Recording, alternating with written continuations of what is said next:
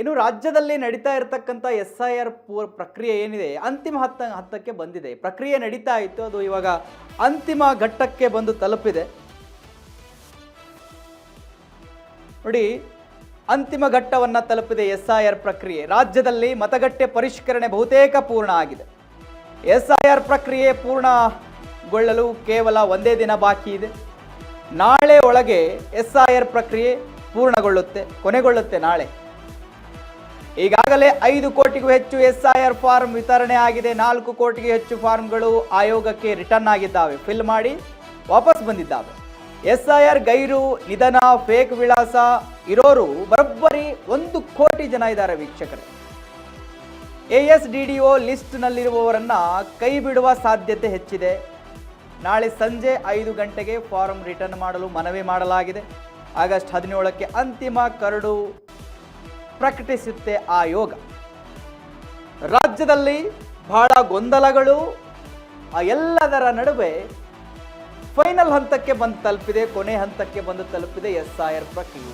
ಮತಗಟ್ಟೆ ಪರಿಷ್ಕರಣೆ ಏನಿದೆ ಫೈನಲ್ ಆಗಿ ಬಂದು ತಲುಪಿದೆ. ಇನ್ನು 1 ದಿನ ಅಂದರೆ ನಾಳೆ ಒಳಗಡೆ ಮುಗಿದು ಹೋಗುತ್ತೆ SIR ಪ್ರಕ್ರಿಯೆ. ಸೊ ಎಷ್ಟು ಜನ ಮತಗಟ್ಟೆಯಲ್ಲಿರ್ತಾರೆ, ಎಷ್ಟು ಜನ ಡಿಲೀಟ್ ಆಗ್ತಾರೆ, ಎಷ್ಟು ಫೇಕ್ ಅಡ್ರೆಸ್ಗಳಿದ್ದಾವೆ, ಎಷ್ಟು ಜನ ನಿಧನವನ್ನು ಹೊಂದಿದ್ದಾರೆ, ಎಷ್ಟು ಜನ ಗೈರಾಗಿದ್ದಾರೆ, ಒಂದು ಪ್ರದೇಶದಿಂದ ಮತ್ತೊಂದು ಪ್ರದೇಶಕ್ಕೆ ಎಷ್ಟು ಜನ ಶಿಫ್ಟ್ ಆಗಿದ್ದಾರೆ, ಎಲ್ಲವನ್ನು ಪರಿಶೀಲನೆ ಮಾಡಿದ್ದಾರೆ BLOಗಳು. ಸೊ ಅಂಥದ್ದೊಂದು ಫಾರಂ ಫಿಲ್ ಮಾಡಿ ಇವಾಗ ವಾಪಸ್ ಆಯೋಗಕ್ಕೆ 4 ಕೋಟಿ ಫಾರಂಗಳು ರಿಟರ್ನ್ ಆಗಿದ್ದಾವೆ. 5 ಕೋಟಿ ಫಾರಂಗಳು ಹಂಚಲಾಗಿತ್ತು, ವಿತರಣೆ ಮಾಡಲಾಗಿತ್ತು. ವಾಪಸ್ ಬಂದಿರೋದು 4 ಕೋಟಿ.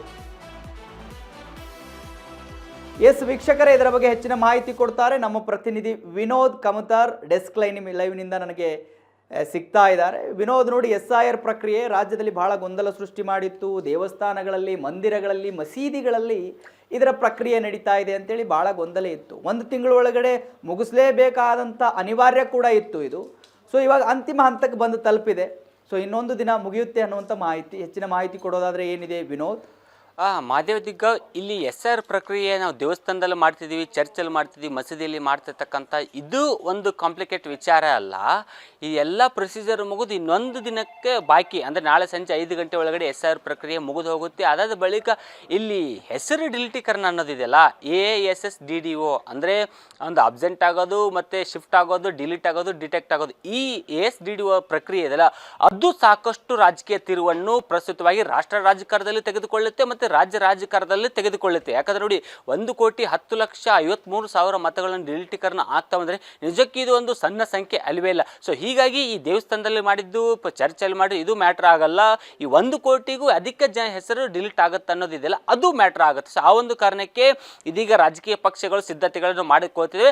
ಅಂದರೆ ಇದೇ ಅಂತಿಮ ಡೇಟನ ಅಲ್ಲ, ಯಾಕಂದರೆ ಆಗಸ್ಟ್ 17ನೇ ತಾರೀಕು ಈಗಾಗಲೇ ಚುನಾವಣಾ ಆಯೋಗ ಅಂದರೆ ಆಗಸ್ಟ್ 17ನೇ ತಾರೀಕು ಒಂದು ಸುದ್ದಿಗೋಷ್ಠಿ ನಡೆಸಿ ತನ್ನ ಅಂತಿಮವಾಗಿ ಕರಡನ್ನು ಪ್ರತಿಯನ್ನು ಬಿಡುಗಡೆ ಮಾಡುತ್ತೆ. ಯಾಕಂದರೆ ಇವಾಗ ನಾಳೆ ಎಂಡ್ ಆಗುತ್ತೆ ಒಂದು ಪ್ರಕ್ರಿಯೆ. ಆ ಒಂದು ಪ್ರಕ್ರಿಯೆ ಎಂಡ್ ಆದ ಬಳಿಕ ಆಗಸ್ಟ್ 17ಕ್ಕೆ ಸುದ್ದಿಗೋಷ್ಠಿ ಕರೆದು ಅಲ್ಲಿ ಈ ಎಲ್ಲ ಪ್ರಕ್ರಿಯೆಗೆ ಒಂದು ಎಷ್ಟು ಹೆಸರು ಡಿಲಿಟೀಕರಣ ಆಗಿದೆ ಅನ್ನೋದು ಮಾಹಿತಿಗಳನ್ನ ಹೇಳ್ತಿದ್ರು. ಈಗಾಗಲೇ 5,54,00,000 ಫಾರ್ಮ್ಗಳನ್ನ ವಿತರಣೆ ಮಾಡಿದರೆ, ಜೊತೆಗೆ ರಿಟರ್ನ್ ಆಗಿದ್ದು ಆಯೋಗಕ್ಕೆ ಡಿಜಿಟಲೀಕರಣ ಆಗಿದ್ದು 4,43,00,000 ಜನ.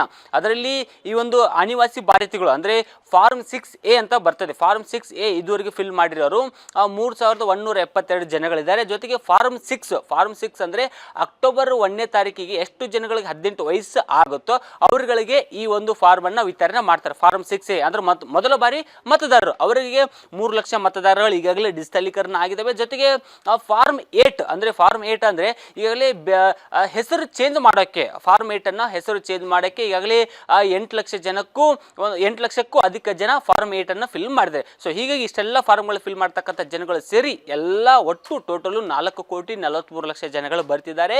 ಆದರೆ ಇಲ್ಲಿ ಇನ್ನೂ ಒಂದು ದಿನ ಬಾಕಿ ಇದೆ. ಇನ್ನೊಂದು ದಿನಗಳು ಬಾಕಿ ಇರುವಾಗ ಇನ್ನೆಷ್ಟು ಜನಗಳ ಹೆಸರು ಆ್ಯಡ್ ಆಗುತ್ತೋ, ಇನ್ನೆಷ್ಟು ಜನಗಳ ಹೆಸರು ಡಿಲೀಟ್ ಆಗುತ್ತೋ ಅನ್ನೋದು ಪ್ರಶ್ನೆ. ಯಾಕಂದರೆ 16 ಲಕ್ಷ ಜನ ಸಾವನ್ನಪ್ಪಿದ್ದಾರೆ, ಜೊತೆಗೆ ಈಗಾಗಲೇ 66 ಲಕ್ಷ ಜನ ಬೇರೆಡೆ ಸ್ಥಳಾಂತರ ಆಗಿರೋದು, ಜೊತೆಗೆ ಈ ವಿಶೇಷವಾಗಿ SIR ಪ್ರಕ್ರಿಯೆಯಲ್ಲಿ 16 ಲಕ್ಷ ಜನ ಒಂದು ಭಾಗಿಯಾಗಿಲ್ಲ.